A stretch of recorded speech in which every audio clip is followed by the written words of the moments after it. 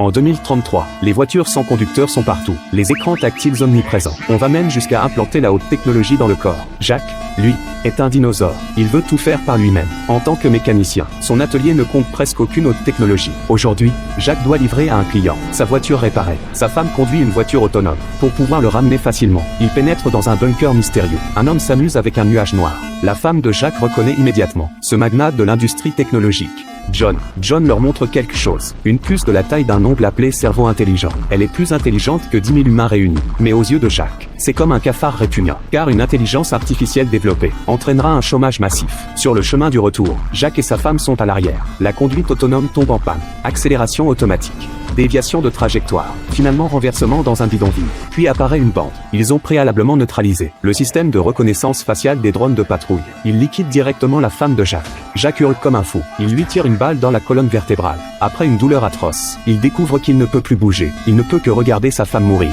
sans même pouvoir lui prendre la main. Après 3 mois de soins intensifs à l'hôpital, Jacques a survécu, mais tétraplégique. Il ne peut vivre qu'avec l'aide de bras mécaniques. La seule motivation qui pousse Jacques à continuer, c'est de retrouver les assassins de sa femme. Il court sans cesse au commissariat. Pourtant la police n'a toujours pas identifié ces individus. Jacques désespère. Il veut rejoindre sa femme. Mais le bras mécanique contacte automatiquement l'hôpital. Il sauve encore une fois sa vie. Pendant l'hospitalisation, John arrive. Il reparle de cette puce cerveau intelligent. L'implanter lui permettrait de remarcher, à condition que l'opération se déroule chez lui, et qu'elle reste secrète. Pour venger sa femme, Jacques accepte. L'opération se déroule parfaitement. Le cerveau intelligent est implanté dans sa colonne vertébrale.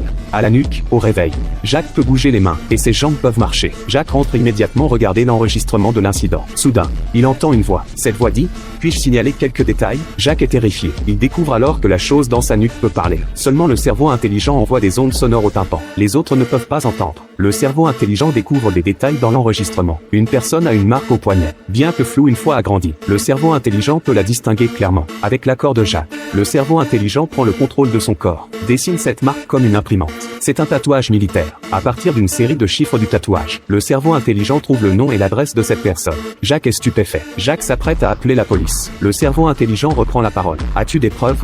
Tu as signé un accord de confidentialité. Tu ne peux révéler mon existence à l'extérieur. Jacques ne peut qu'agir seul.